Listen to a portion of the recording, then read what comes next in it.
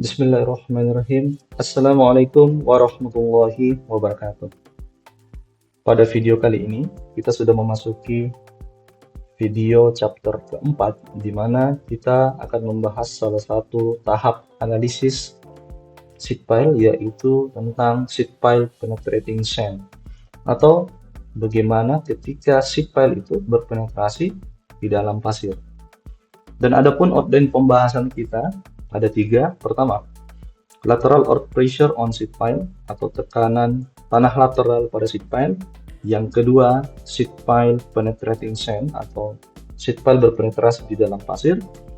Yang ketiga adalah step by step procedure to obtain the depth of seed pile that penetrating sand atau step by step prosedur menghitung untuk mendapatkan kedalaman dari seed pile yang berpenetrasi pada tanah pasir. Oke. Ada hal yang perlu saya jelaskan sebelum masuk ke dalam materi utama kita, bahwa perencanaan seed pile itu pada dasarnya adalah bahwa seed pile itu harus direncanakan dengan kedalaman yang cukup untuk mendapatkan tahanan yang besar, agar tekanan tanah aktif yang menekan di belakang dinding dari seed pile itu tidak menyebabkan dinding mengalami failure. Oke. Gitu. Jadi kuncinya adalah kedalaman. Maka yang akan dicari nantinya di ujung adalah kedalaman dari seed pile. Untuk apa kedalaman yang cukup dalam itu? Untuk mendapatkan tahanan pasif yang cukup. Itu ya.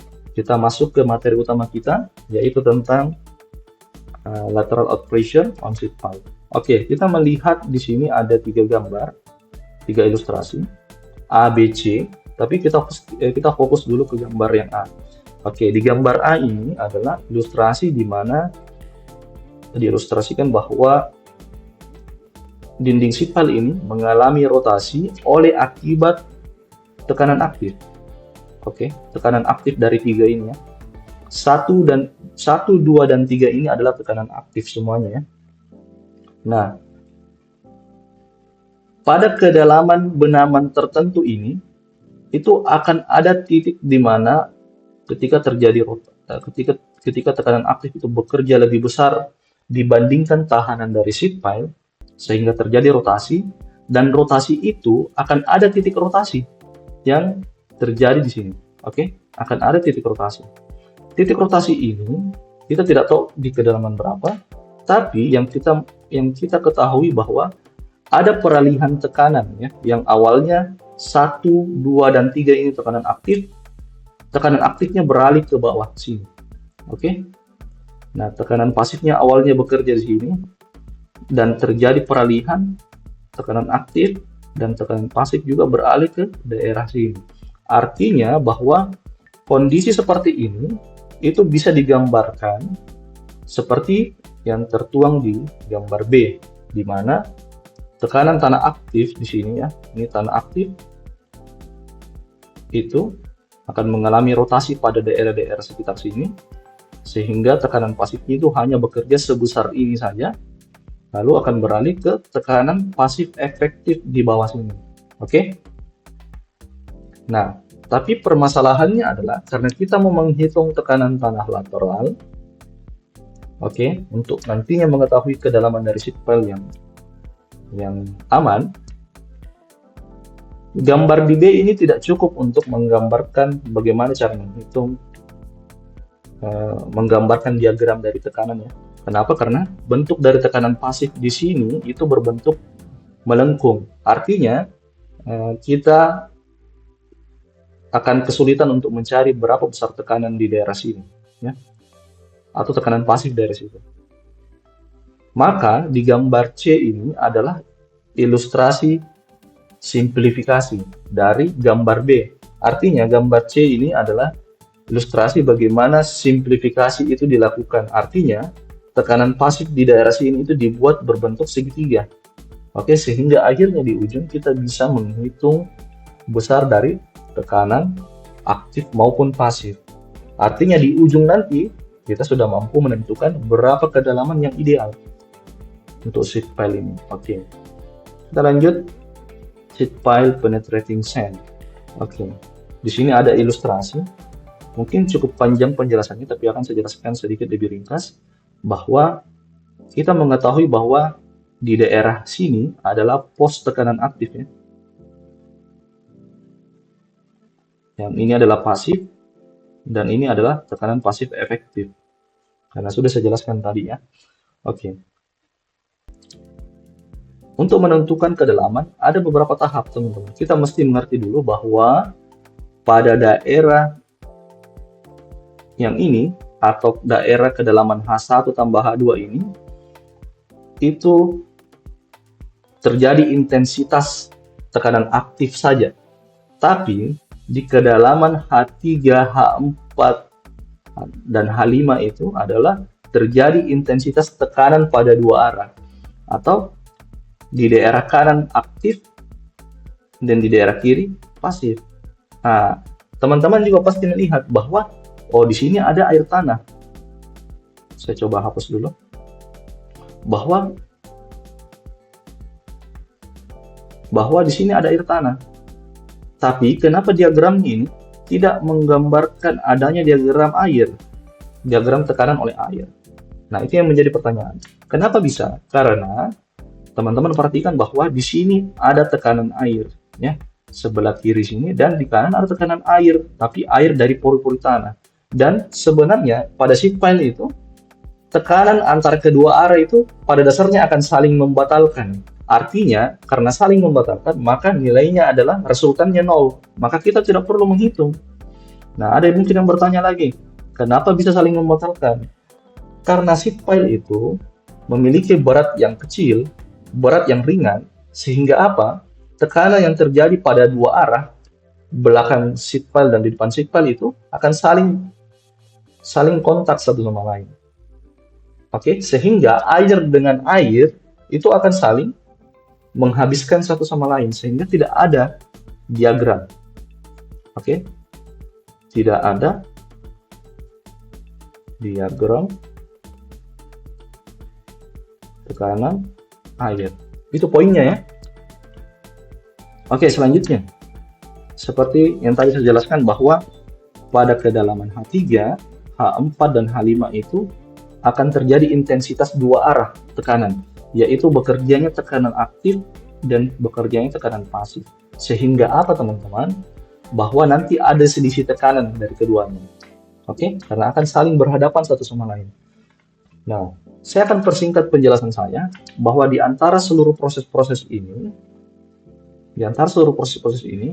ada beberapa hal yang perlu teman-teman catat. Yang pertama adalah untuk menentukan H3, silahkan teman-teman menggunakan rumus dari rumus ke-6 ini. Oke. Kemudian untuk menentukan kedalaman dari H5, kedalaman dari H5 adalah menggunakan rumus dari 14, equation 14. Kemudian untuk menentukan H4, ya, itu harus menginput ke dalam persamaan dari persamaan 16 ini. Nah, jadi karena tujuan akhir kita tadi adalah menghitung berapa besar kedalaman sheet pile yang berpenetrasi di dalam pasir, maka kedalamannya itu digambarkan dengan D, atau D ini bisa kita breakdown menjadi H3 ditambah H4. Ini H3 dan H4. Jadi yang perlu kita cari adalah H3 dan H4. H3-nya sudah, H4-nya ada di belakang ya, ini H4. Kita masukkan saja. H4 pangkat 4 tambah A1 dikali H4 pangkat 3. Nah, ini ada A1, ada A2, ada A3, dan ada A4. Dan cara menghitung masing-masingnya adalah ini, A1, A2, A3, A4. Silakan teman-teman menginput. Dan sini sudah ada arahan secara keseluruhan. Karena kalau saya jelaskan satu persatu akan memakan kurang lebih 1 jam, ya. Oke, D teoritis atau kedalaman teoritis adalah H3 ditambah H4. Nah, perlu teman-teman ketahui di dalam merencanakan seed pile untuk memunculkan faktor keamanan. Nah, disyaratkan bahwa faktor keamanan dari seed pile itu yang berpenetrasi pada tanah pasir adalah perlu penambahan kedalaman 20% sampai 40%. Oke, artinya kita perlu menambahkan 1,2 sampai 1,4. Oke, di sini kalian boleh mengambil 1,2, boleh 1,3, boleh 1,4, terserah kalian. Terserah teman-teman ya. Oke. Kita masuk ke step by step prosedur atau prosedur menghitung. Yang pertama, seperti teman-teman lihat di layar, pertama kita mesti menghitung dulu berapa besar koefisien aktif dan koefisien tekanan pasifnya. Lalu kita menghitung sigma H1 dan sigma H2. Ini sudah tertuang di rumus nomor 1 dan rumus nomor 2. Kita menghitung H3, oke. Menghitung sigma PA atau total tekanan aktif, oke. Lalu kita menghitung titik pusat tekanan aktifnya. Lalu menghitung sigma H6 yang tertuang dalam rumus 11, menghitung A1, A2, A3, A4 di rumus 16, lalu menghitung H4, oke, pakai cara trial dan error, dan seterusnya. Oke, kita masuk ke contoh soal. Oke, diketahui seed pile dengan gambar yang teman-teman perhatikan di layar memiliki propertis tanah sebagai berikut. Pertama, gamma B-nya atau berat volume basahnya itu adalah 19 kN per meter kubik. Dan gamma sat-nya atau berat volume tanah jenuh adalah 23,5 kN per meter kubik. C atau posisinya 0 dan P-nya atau sudut geser dalamnya 30 derajat. Kemudian kedalaman air 1,7 meter dari permukaan tanah. Oke, ada muka air tanah MAT. Lalu dari permukaan tanah sampai ke dasar galian itu adalah 4 meter. Lalu kedalamannya ini akan kita cari tahu. Oke. Pertama, kita menentukan dulu tekanan aktif dan pasifnya. Oke, kita hitung di mana sudut geser dalamnya adalah 30 derajat. Oke. Kita masukkan. Maka dapatlah 0,333 dan 3 untuk KP. 0,333 untuk KA dan KP 3 ya. Kemudian kita menentukan H3 atau kedalaman dari ini. Oke. H3 ini adalah kedalaman tekanan aktif ya. Kedalaman tekanan aktif yang berada di daerah sini, di daerah H3 ya, yang akan mengalami intensitas tekanan pada dua arah. Oke, H3 Q dikali KA dibagi gamma aksen dikali KP dikurang KA ya. Kenapa menggunakan gamma aksen? Karena di daerah bawah sini itu sudah jenuh oleh air. Oke, maka ini adalah intensitas tekanan pada butir ya, pada dasarnya. Oke, dikali Q. Apa itu Q teman-teman? Q yang dimaksud adalah ini. Oke, yang menekan pada daerah H3. Artinya secara keseluruhan berat tanah di sini akan menekan pada daerah H3. Oke. Pada daerah sini akan ditekan. Ya. Maka menghitung Q yang perlu kita lakukan terlebih dahulu. Berapa besar Q-nya? Atau beban merata oleh akibat berat tanah setinggi H1 ditambah H2. Oke, di sini. Ini cara hitungnya. Coba lihat. Pertama, kita hitung dulu ini adalah gamma B dan ini adalah gamma aksen.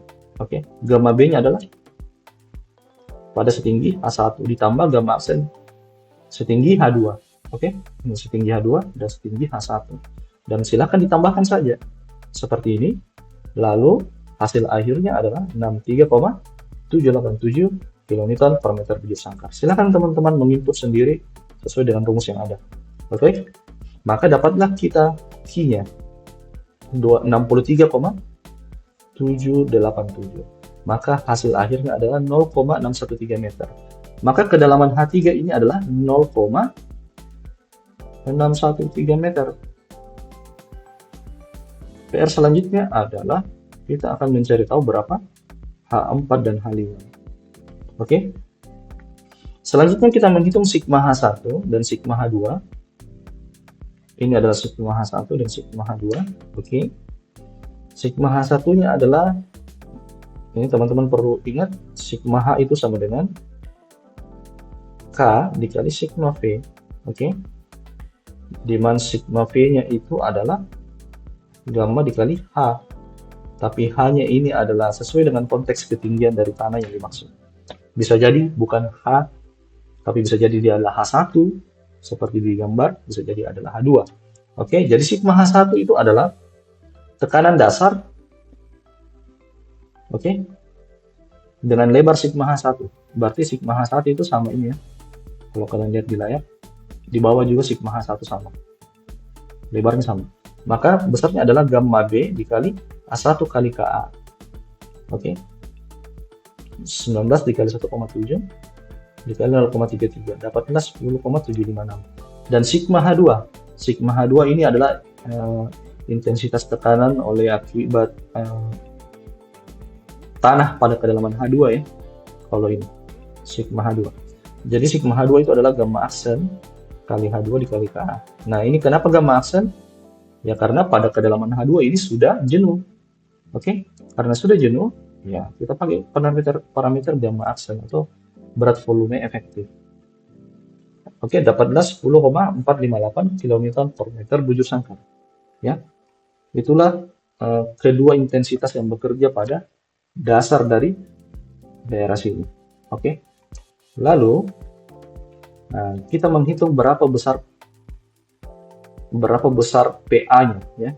Kan tadi dikatakan bahwa dalam step menghitung ada salah satu poin menghitung sigma PA atau total tekanan aktif ya. Di sini kita hitung masing-masing. PA1-nya kita lihat. PA1 1/2 dikali alasnya adalah sigma H1 dikali H1. Oke, dapat tadi sigma H1-nya 10,756. Ketinggiannya adalah H1-nya adalah 1,7, dapatlah 9,143. PA2. Nah, PA2 ini adalah tekanan tanah akibat berat tanah setinggi H1 yang menekan ke bawah sini, ke tanah setinggi H2. Di mana lebarnya adalah sama, sigma H1, kan bentuk persegi ya. Lebarnya adalah sigma H1, tingginya adalah H2. Atau 10,756 dikali 2,3 dapatlah 24,739. Nah, dan seterusnya teman-teman ya. Seterusnya. Maka, kita bisa menyimpulkan seluruh melakukan inventarisir hasil perhitungan yang telah kita buat dalam bentuk grafik di bawah. Teman-teman perhatikan saja PA1 tadi besarnya 9,143 sampai PA4 adalah 6,510 ya, sudah terhitung semua di sini. Oke, lalu selanjutnya apa? Untuk menghitung momen. Oke, kita perlu menghitung dulu jarak masing-masing tekanan dari titik pusat tekanan menuju ke garis patokan sigma momen sama dengan 0 ya. Nah, ini dalam rangka nanti kita menghitung berapa jarak antara total tekanan PA menuju ke titik garis merah-merah ini atau titik acuan atau sigma momen sama dengan 0 ya. Nah, sekarang kita menghitung dulu masing-masing PA berapa lengan gayanya. Oke. Lengan gayanya ini kita kasih nama misalnya Y1, Y2, Y3, Y4 ya. Y1-nya itu adalah, coba kita lihat, adalah jarak kedalaman dari pusat tekanan PA1 menuju ke dasar ya. Sigma momen sama dengan 0. Kemudian PA2, Y2 itu adalah jarak dari pusat tekanan PA2 menuju ke titik acuan atau sigma momen sama dengan 0. Kita kasih nama Y2. Y3 juga sama. Adalah jarak dari pusat tekanan PA3 menuju ke sigma momen sama dengan 0. Begitupun dengan Y4 untuk PA4. Nah, sekarang kita mau tahu kenapa hasilnya bisa 3,480. Oke. Saya akan hapus dulu. Ini saya akan jelaskan satu contoh saja. Oke, kita mulai ke Y1 dulu. Y1. Y1 itu adalah ini, ya berarti jaraknya kita mulai dari sini. Berapa jarak ke sini? Itu dulu pertama. Berarti pusat tekanan untuk diagram berbentuk segitiga itu adalah sepertiga 2/3. Dan ini adalah jarak sepertiga dari H1 ini ya, yang perlu kita hitung. Jadi Y1 adalah sepertiga dari H1 ditambah. Ditambah berapa? Ditambah H2. Oke, kita bisa tambahkan H2. Ditambah. Apalagi teman-teman? Ditambah H3. Oke, H3 berapa? Kita coba input. Sepertiga dari H1 berapa? H1-nya berapa? Adalah 1,7. Ditambah H2-nya berapa? H2-nya adalah 2,3 meter ya. Kenapa? Karena ini dikurang dengan ini. Oke.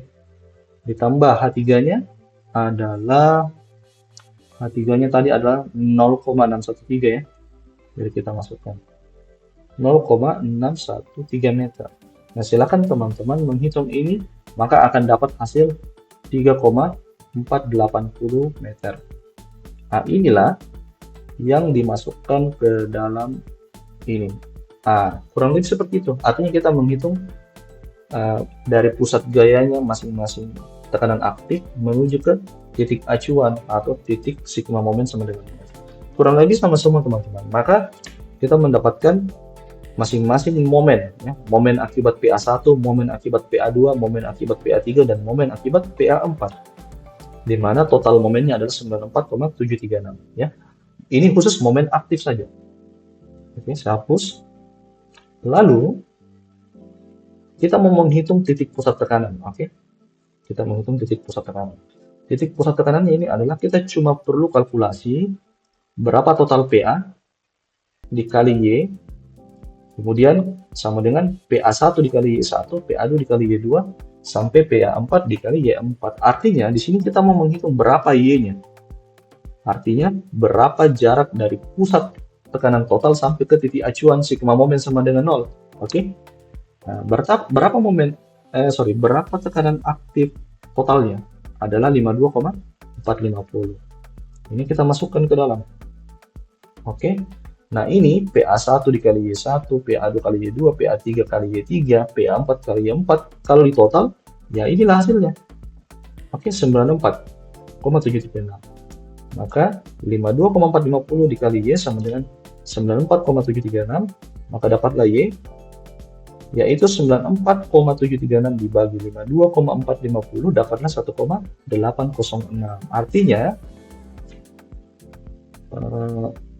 Artinya kalau kita anggap di daerah sini adalah tekanan total sigma PA, maka jarak dari sini ke titik acuan sini adalah 1,806. Oke, kira begitu teman-temannya. Lalu selanjutnya kita menentukan kedalaman dari penetrasi sheet pile. Nah, di sini tadi kita sudah menghitung di awal H3 ya. Ingat bahwa kedalaman itu secara teoritis adalah H3 tambah H4. Oke. H3 sudah kita hitung di depan tadi, selanjutnya adalah H4. Kita menentukan H4.